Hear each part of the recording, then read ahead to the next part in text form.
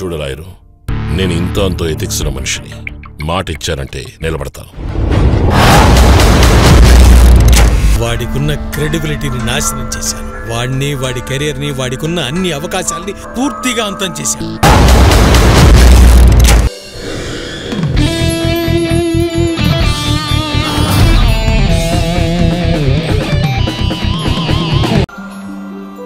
Black మనీని మార్చుకుందామని నల్ల కుబేర్లు ప్రయత్నిస్తూ ఉంటే వాళ్ళ అవసరాన్ని క్యాష్ చేసుకుంటున్నారు కొందరు దగులుబాజీ. బ్లాక్ మనీని తమ అధికారంతో వైట్ గా మారుస్తున్న బ్యాంక్ మేనేజర్ భాగవతాన్ని ఓ వ్యక్తి తన మొబైల్ కెమెరాలో రికార్డ్ చేశాడు.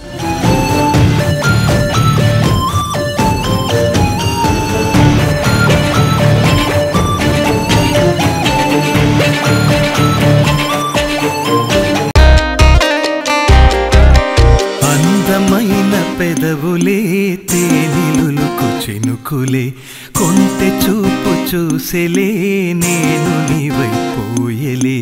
2 భయంకరమైన సమస్యలున్నాయి. ఒకటి నీ కుకింగ్, రెండోది నా పాట.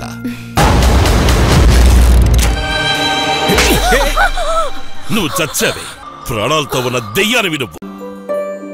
బిచ్చగాడి దగ్గర నుండి దేశ ప్రధాని వరకు బ్లాక్ మనీ ఉండే ఏకైక దేశం భారతదేశం.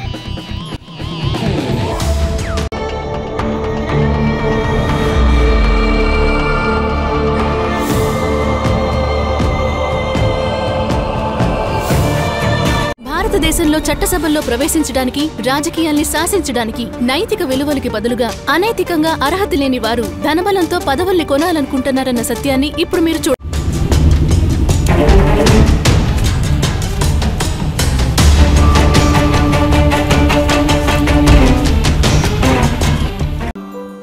గుండెలో గాయం, అది నాకు కలిగించిన బాధ, అది నీకు తెలియాలి.